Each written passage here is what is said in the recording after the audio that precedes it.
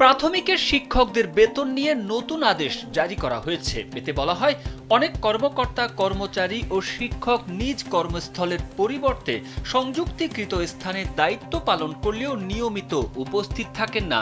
কেউ কেউ ছুটি অনুমোদন ছাড়াই আইবাসের মাধ্যমে বেতন ভাতা উত্তোলন করছেন, যা সরকারের আর্থিক ক্ষতি এবং কর্মচারী শৃঙ্খলা ব্যাহত করছে। আদেশে আরও বলা হয়েছে, সংযুক্তিকৃত কর্মস্থলে নিয়মিত উপস্থিতির উপযুক্ত প্রত্যয়ন সাপেক্ষে বেতন ভাতা পরিশোধ করতে হবে।